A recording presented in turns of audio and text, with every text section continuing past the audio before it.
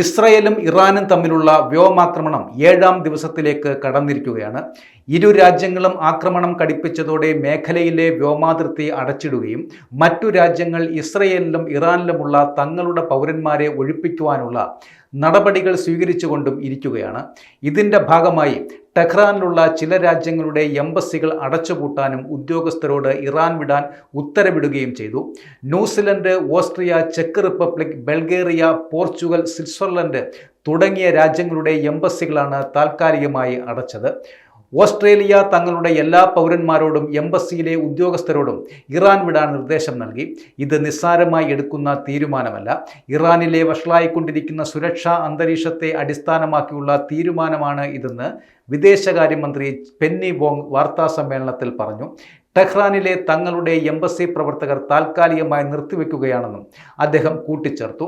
സുരക്ഷിതമായി പോകാൻ കഴിയുമെങ്കിൽ എല്ലാ ഓസ്ട്രേലിയക്കാരും ഇറാൻ വിടണമെന്നാണ് നിർദ്ദേശം. ഇറാനിൽ കഴിയുന്ന ഏകദേശം 2000 ഓസ്ട്രേലിയക്കാരും അവരുടെ കുടുംബാംഗങ്ങളും തിരികെ പോകുവാൻ ആഗ്രഹിക്കുന്നുണ്ടെന്നും 1200 പേർ ഇസ്രായേലിലാണെന്നും പെന്നി വോങ് പറഞ്ഞു. ടെൽ അവീവ് എംബസിയിൽ റിപ്പോർട്ട് ചെയ്ത 200 പേരിൽ 48 ഓസ്ട്രേലിയക്കാർ ഇസ്രയേലിൽ അല്ലെങ്കിൽ അയൽരാജ്യമായ ജോർദാനിലേക്ക് പോയതായി വിദേശകാര്യ മന്ത്രാലയം അറിയിച്ചു. 44 ഓസ്ട്രിയൻ യൂറോപ്യൻ യൂണിയൻ പൗരന്മാരെ തുർക്കിയിലേക്കും അർമേനിയയിലേക്കും മാറ്റി.